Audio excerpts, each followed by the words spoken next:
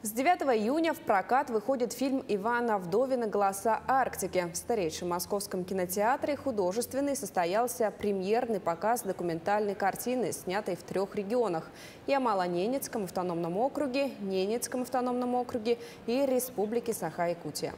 «Голоса Арктики» – это кинопутешествие за полярный круг, 3 новеллы о людях Крайнего Севера. Каждая представляет собой очерк про традиции, быт и роль музыки в жизни героев. Сквозным героем 3 новелл стал Денис Симачев, столичный ресторатор, диджей и саунд-продюсер.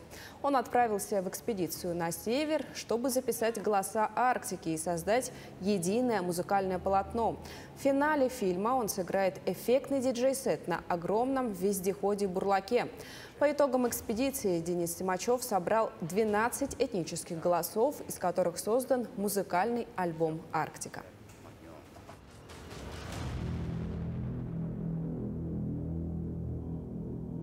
Ну а теперь Иван Вдовин, первая речь. В Якутии мы снимали историю про Николая Курилова.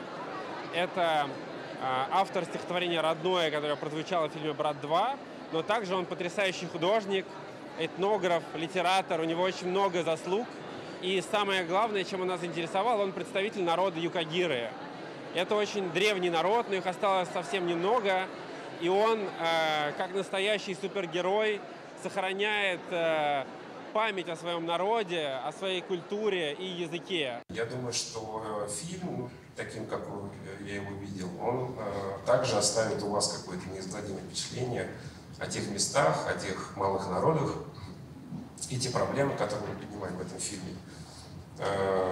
Уверен, что вам понравится, и желаю вам хорошего просмотра.